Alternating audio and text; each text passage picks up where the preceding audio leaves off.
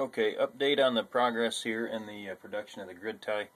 I have, it's been bouncing a little over 300, 295, so about 300 watts going into the grid. And what I did was, let's start down here. These are all my feeds coming in from all the solar panels. And what I did is I just moved them over. See, we got this bus bar feeding the outback and the batteries, and then this bus bar goes up and it's connected to there. So these three, this one, and this one, are feeding the grid tie. And then I have this one feeding the outback and the batteries. And this is for now until I can get, I want to get the rest of the breakers and finish this up. But anyway, let's see here. We have 3 of them feeding. They're 230 watt panels, and 3 of them feeding the grid tie. So 230 would be 390 watts, or excuse me, 690 watts total is what I have going in to the grid tie. Now, it's not, the panels aren't set perfectly square with the sun, and it's only 10 o'clock in the morning too. So let's see here.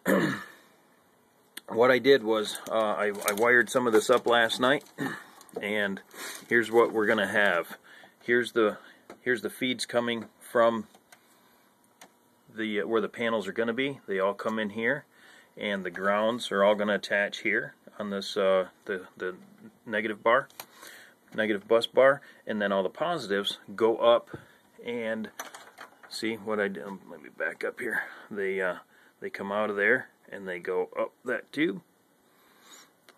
Then all that is a black 1/2-inch nipple for gas pipe, but it works as a conduit as well. So that goes right up there, and then I got the 3-way switches installed here.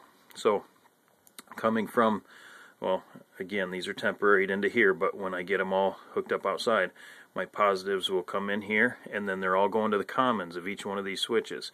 And then the down position, I've got it set to come out here and down this conduit, and then that's this bunch of wires, which I have labeled battery outback. Okay, and then what I'll do is I'll have all 4 of these tied into every other breaker so that it feeds this bus bar.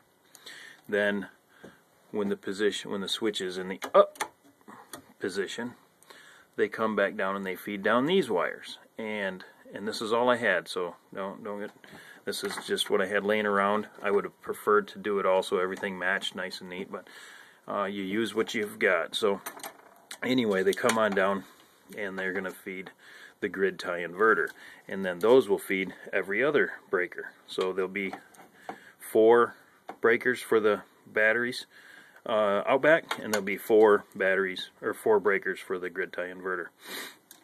And that's how I'm going to have it wired up for now. Then that way, if my batteries are fully charged, I can apply most of it to go right straight to the grid tie, if not all of it. Also, I have the way I've got this wired up here is I've got some extra panels. I've got 4 of the big panels, which I'm going to have each panel wired into breakers here.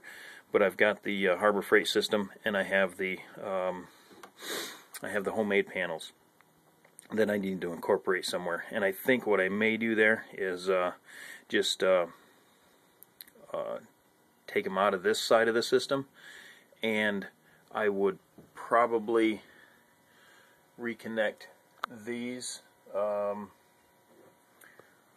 maybe and connect them directly to the batteries. I'm not sure how I'm going to do that yet, but we'll see what happens. But anyway, so far so good. Pumping 290 watts all morning, and that's what I've got so far. Oh, here. So let me finish this out. So I've got them all tied in the bus bar, and then I've got two gauge wire running up into the positive, and negative I ran down in the same fashion and just tied that right into the same negative here. So all the negatives are tied together. I'm feeding the positives and switching the positives in a different direction. Also, some people have been saying how confused they are, and all this stuff, and I can see where looking at my wiring mess is a little difficult to understand. I'm going to do a video in the future that breaks it down real simply, maybe with a whiteboard, dry eraser board or something, just for some of the new people that are getting into this.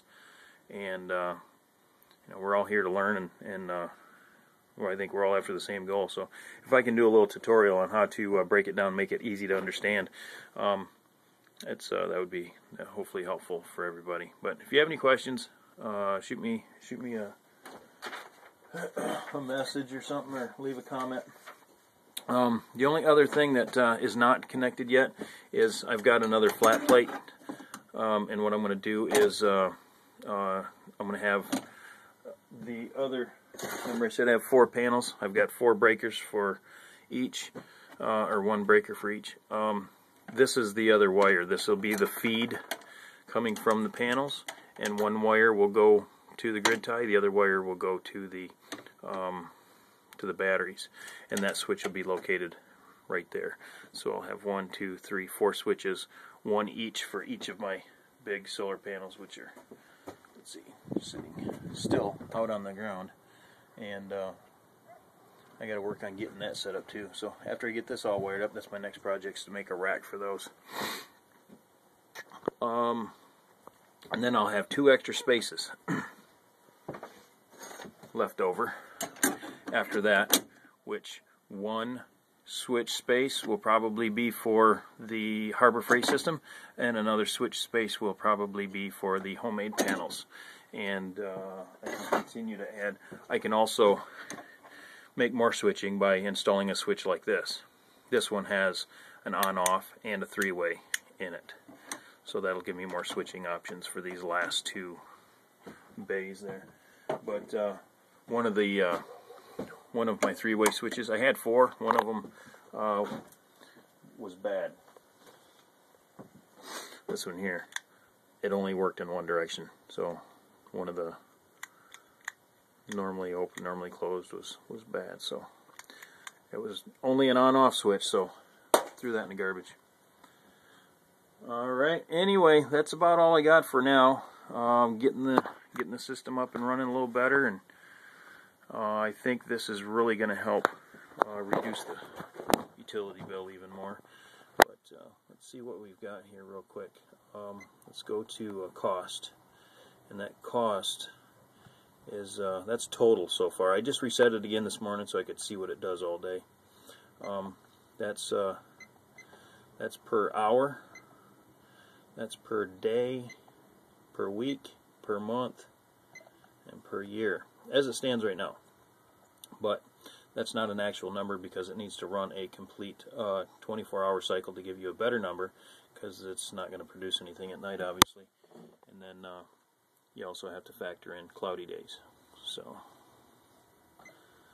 go back to our watts, volts, amps, watts. I'm pumping in 3.29 amps, 286 watts. All right, phone's ringing, gotta go.